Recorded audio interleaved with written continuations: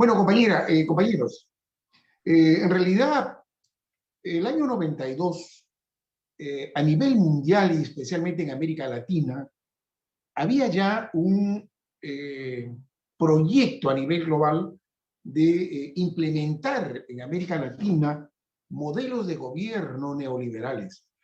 Y estos modelos de gobierno neoliberales, indudablemente, que fueron establecidos en casi toda América Latina, ¿no? Se inició con Chile, con la caída de Allende y posteriormente todo el modelo que trajo el consenso de Washington para liberalizar el mercado, para privatizar todas las actividades públicas, empresariales, y para desmantelar todo el aparato público que ellos impulsaban pues como parte de este modelo a nivel global, especialmente en América Latina, que sucedió en todo el mundo además, ¿no? Pero con diferentes matices y diferentes particularidades, ¿no? Fujimori el año 92 tenía ya algunas denuncias de corrupción, como ahora Castillo, aunque un poco más prematuramente, pero él ya tenía varias denuncias de corrupción, inclusive el tema de la donación de las ropas usadas de Japón, que su propia esposa, que hace poco ha fallecido, Susana Iguchi, había hecho ya las denuncias. Además, ya se comenzaba a ver en el escenario político peruano una serie de elementos que vislumbraban ya un afán eh, dictatorial, de hacerse del poder de forma total, de no respetar la democracia ni las institucionalidades del Estado. Y bueno, pues eso vino, como digo, siempre incentivado aún más por el terrorismo que el APRA realmente fue el que combatió el terrorismo. Si el APRA no hubiera estado en las universidades, que en ese momento eran mucho más ideologizadas, en el debate universitario, confrontando al comunismo, quizás otro hubiera sido el destino. Si el APRA no hubiera estado en cada rincón del Perú, con sus alcaldes, autoridades, con sus gobernadores, en la época del 85-90 que fuimos gobierno, con el sacrificio de miles de compañeros, ¿no? Que desde lo más recóndito del Perú confrontaron al comunismo, confrontaron al terrorismo. Por eso yo creo que el Perú tiene una deuda con el APRA, en este sentido, porque el APRA fue el parachoque que pudo contener las hordas comunistas. Por su ideología, por sus cuadros, por su organización. Y nos costó mucho esta confrontación. Y ya se conoce pues la historia de la captura de Rimel Guzmán, los detalles cada día más esclarecedores de cómo Fujimori no quería en realidad apresarlo, a pesar de que ya el GEIN lo había tenido en varias oportunidades acorralados. Bueno, si bien es cierto, esto es lo anecdótico, o lo contextual a nivel global, creo que es importante que pensemos cuáles fueron las consecuencias. ¿Qué hizo Fujimori, ¿no? Para poder hacerse del poder? Primero, dio un golpe de Estado, ¿no? Salieron los tanques a las calles, cerró el Congreso, y a partir de ahí ya comenzó un trabajo abierto, porque anteriormente esto ha sido ya soterradamente trabajado, planificado, gestado, pero ya operativamente se inicia pues el 5 de abril del año 92. Lo primero que hace es cerrar el Congreso, porque el Congreso pues estaba investigando ya, siguiéndole los pasos a Fujimori, y él no quería ningún tipo de contrapeso. Montesinos había entrado a tallar la campaña, como se tiene conocimiento, el tramo final de la campaña de Fujimori, con el tema de la partida, de nacimiento y otras cosas más de Fujimori. Bueno, y Montesinos, preparado en el servicio de inteligencia, que estuvo además en Estados Unidos, capacitándose en inteligencia, él se dio cuenta que además, para implementar este modelo neoliberal, tenía que tenerse el control total, tenía que ser un gobierno dictatorial, totalitario.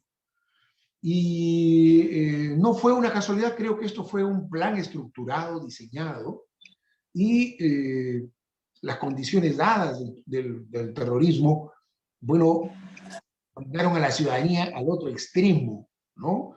Que la gente quería, pues, completamente cerrar la página del terrorismo y de un Estado totalitario, ¿no? De un comunismo que dominaba, un totalitarismo. Y pasó, y quería pasar, o quisieron que pase, a este modelo neoliberal que aún ahora todavía estamos viviendo. Fujimori, cerrar el Congreso, no nos olvidemos que simultáneamente tomó el Poder Judicial, donde estaban los expedientes, y ahí esas fotos graficaban cómo intervinieron en el Poder Judicial y sacaron, pues saquearon todos los expedientes y limpiaron su historial como ellos quisieron. Sometieron al Poder Judicial, ¿no? A la Fiscalía de la Nación, de tal manera que todos los fiscales eran puestos por ellos, cesaron a muchos fiscales que no tenían su simpatía y pusieron pues a una serie de obsecuentes que a lo largo del gobierno de Fujimorismo hemos visto cómo Montesinos mandaba a llamar a los fiscales, a los jueces, a su despacho, y él hacía le hacía la resolución para que los traía con su sello y su firma, como él mismo lo ha dicho en sus declaraciones, para que los jueces se sellen y firmen lo que él había trabajado. O sea, a ese extremo habíamos llegado. Entonces el Poder Judicial estaba completamente destruido, trajo la moral por los suelos, implantó la corrupción en todo nivel en el Poder Judicial. Y en realidad, el daño que le ha hecho, que le hizo Fujimori y Montesinos al Perú en el tema del Poder Judicial, hasta ahora no podemos salir. Hasta ahora vemos cómo la corrupción se ha constituido en realidad en un peso tan enorme sobre los hombros del país, donde pues solamente el que tiene dinero tiene justicia, ¿no? A su forma y a su manera y a su conveniencia. La gente que no tiene dinero pues es la que está sentenciada y en lamentablemente esto es así y sigue siendo así, a pesar, lógicamente, de que hay jueces probos. Pero todo este modelo se ahondó, se profundizó, este modelo de corrupción sistemático en el Poder Judicial, lo hizo Fujimori, ¿no? Pero no quedó solo con el Poder Judicial. Fueron también a los militares. Ahí están los videos como con todos los generales, muchos todavía están penando cárcel. Todos los militares, el poder militar sucumbió también a los pies del dictador, ¿no? Muchos con dinero, con millones para acá, millones para allá, todos comprados, pero también sometidos al mandato, a la dictadura de Fujimori y Montesinos. La corrupción, pues, en el ejército también cundió. El cáncer de la corrupción se extendió a extremos increíbles en la época de Fujimori y también, lamentablemente, hasta ahora no podemos salir. Por otro lado, los empresarios, lo mismo, fueron sometidos, ¿no? Chantajeados, y bueno, a ellos en cierta parte, a cierto grupo de empresarios le convenía este modelo, porque se aliaron pues en el modelo neoliberal, los capitales que venían a sustituir al Estado, enlazaban con empresarios nacionales, y de ahí hemos visto pues cómo algunos empresarios lograron entrar en algunas empresas que antes eran del Estado, como accionistas menores, minoritarios, pero fueron parte pues también de la farra esta y del dispendio que hubo de los recursos naturales y de nuestras empresas. Allí está el caso, por ejemplo, de Porky, ¿no? El famoso autoflagelador.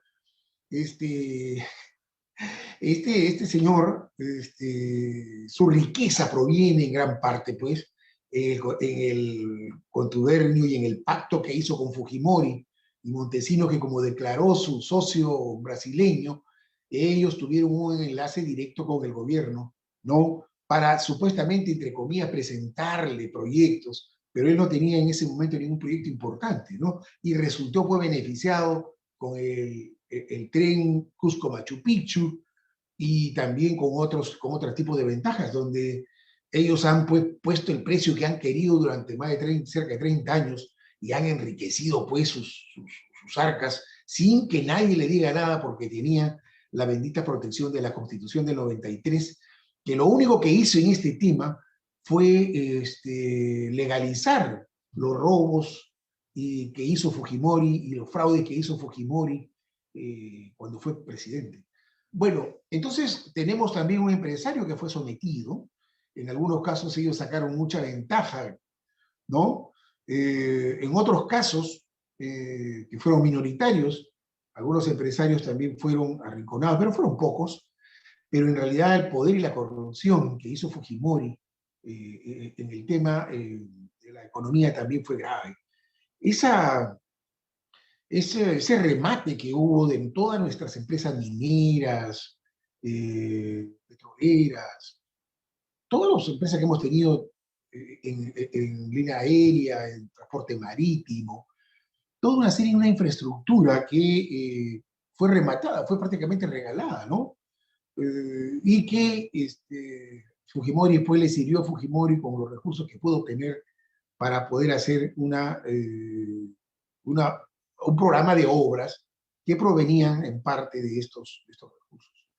Por otro lado, hay otra estrategia, porque en el tiempo contemporáneo, la estrategia de dominación de los poderes económicos a nivel global ya no es solamente por la fuerza, ¿no? Cada día esto ha quedado más sin uso, en desuso. Ahora vemos lo que le ha pasado a Putin, Ucrania, al tratar, pues, hacer esta invasión, ¿no? Y cómo se le ha caído toda una estrategia de capturar este país que tiene 45 millones de habitantes, y casi es una tercera parte de la población que tiene Rusia, porque Rusia no pasa de los 150 millones, 35 millones creo que tiene Rusia. Entonces, no solamente por su capacidad poblacional, sino además por su riqueza en materia prima, ¿no? Y su ubicación estratégica, geopolíticamente, era muy conveniente para Rusia, pero el mundo se ha levantado y ha dicho, no, y esto me parece importante, pero creo que debe servir también como referente a otros países como Estados Unidos que entraron a los países árabes, también iguales operaciones, ¿no? Entre comillas, para salvar la democracia, pero que donde hay una intervención militar y no justificada, porque dijeron que había una serie de armamento nuclear y no sé cuánto, y al final comprobaron que no hubo tal cosa. Entonces, por eso, compañeros, creo que la nueva estrategia de dominación de los poderes globales es por intermedio de la cultura, ¿no?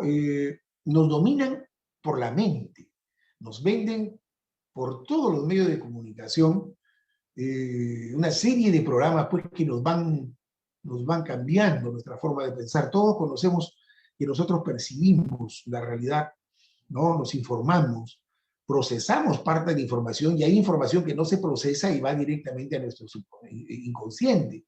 Y este inconsciente es el que acumula toda la información que nosotros tenemos y que es nuestro marco cognitivo a partir del cual nosotros abordamos los sucesos, reflexionamos los sucesos. Entonces, cuando en la mente del ser humano le metemos una serie de temas distorsionados que distorsionan su forma de pensar, pues entonces el ser humano deja de ser libre y se somete a esta forma de consumismo mental, a la forma de consumismo por los alimentos, a la forma de vida, ¿no? La demanda exagerada de cosas de lujo, ¿no? En modelos de vida consumista. Entonces, todo esto hace que nosotros nos distorsionemos y dejemos y hayamos abandonado el campo político que es donde se decide la situación de los países, ¿no? De las sociedades. Por eso, el otro daño y la otra intervención que tuvo Fujimori fue directamente al periodismo. No se olviden ustedes cómo todos los dueños de los canales, todos, pasaron pues por las salitas del cine y recogían, no en una sola vez, en varias oportunidades recogían varios millones de dólares, ¿no? Con el compromiso de que iban a comprometer hasta el final sus titulares, su línea editorial. Y hemos visto pues cómo hasta los titulares eran consultados con Montesinos, ¿no? Entonces el Perú vivió una lamentable eh, eh, avalancha de una información distorsionada, ¿no? Los famosos estos programas, eventos que hacían para impresionar y distraer a los psicosociales, que distraían la atención cuando había un tema importante que entraba en debate, ¡pum!, salía un psicosocial y toda la prensa tras el psicosocial, ¿no? No olvidemos a Bozo, que también iba a la salita del cine. Todos los principales actores de la prensa estaban metidos en sometidos a la dictadura y pues vendían sacándole provecho en sus juicios, como hiciera Barcalce buscando a Montesinos para que la pueda ayudar, ¿no? Y él muy atento le decía que ya había hablado con el juez y no sé cuánto, y ya tengo todo arreglado, así que a ti no te va a pasar nada. Dicho y hecho, así fue además, ¿no? Entonces, toda la prensa, el poder de la prensa, que es uno de los grandes factores donde se crea la corriente de opinión, ojo, donde nos informamos para tomar decisiones, cayó en manos de una dictadura que protervamente vendió, ¿no?, una serie de imágenes de vida, falsos valores, ¿no?, que destruyeron en el fondo la moral del Perú.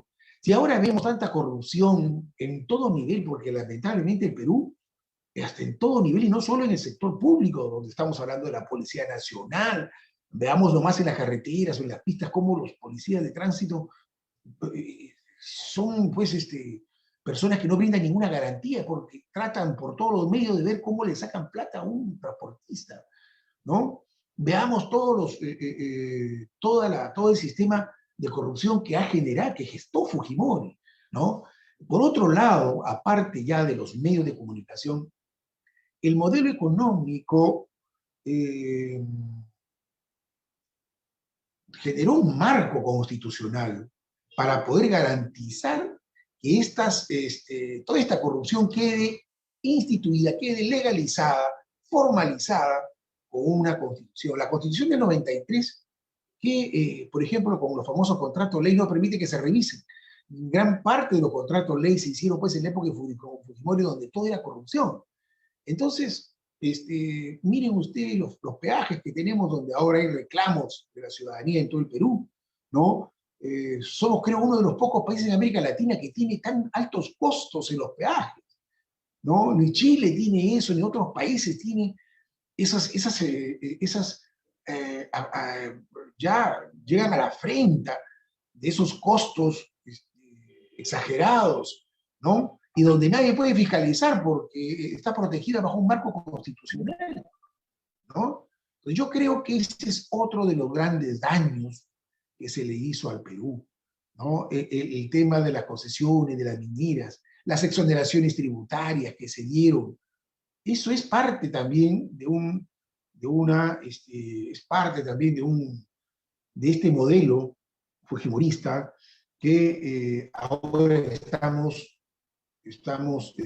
padeciendo, ¿no? Mire, nosotros tenemos una gran exportación de oro, tenemos exportación de muchos minerales, de hierro, zinc, ¿no? Somos un país minero por excelencia.